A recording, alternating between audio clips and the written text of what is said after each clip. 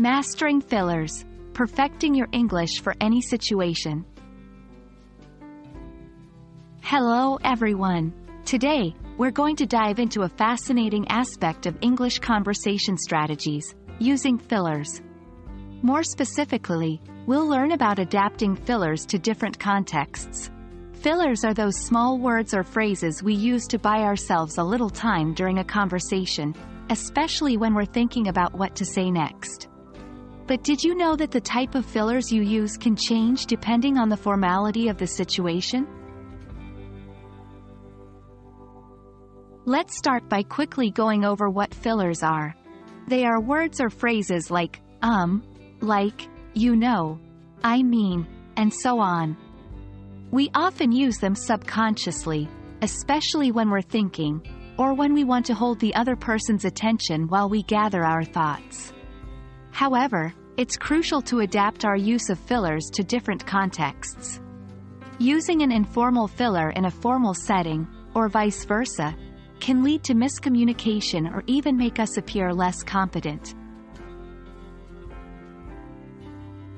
In a formal context, such as a job interview or a business meeting, it's important to minimize the use of fillers as they can make you sound less confident or prepared. However, we're all human and sometimes need a moment to think. Some fillers that can be used sparingly in these settings are, well, let me see, or let's consider. Remember, in formal situations, it's better to take a brief pause than to overuse fillers. When we're in a more casual, informal setting, like hanging out with friends, it's generally more acceptable to use fillers. Fillers like, you know, so, actually, and right, can be used more freely. Keep in mind, though, that even in informal situations, too many fillers can make your speech sound cluttered and unclear.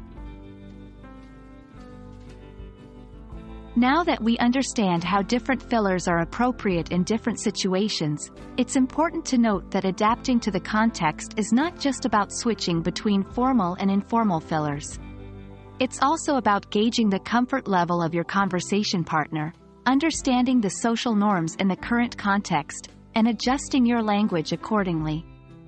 For example, even in an informal setting, if you're speaking to someone who isn't a close friend, or to a group of people you've just met, it might be better to use fewer fillers or use more neutral ones, like, well, let's see, or, Remember, communication is more than just the words we say.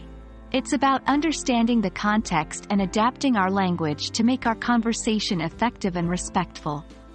Adapting fillers to different contexts is a subtle skill, but with a bit of practice, you'll master it in no time. Keep practicing, stay aware of your fillers, and adjust as necessary for your conversation context. Thanks for joining us today, and we hope you found this video helpful. Keep learning, keep practicing, and see you in our next lesson.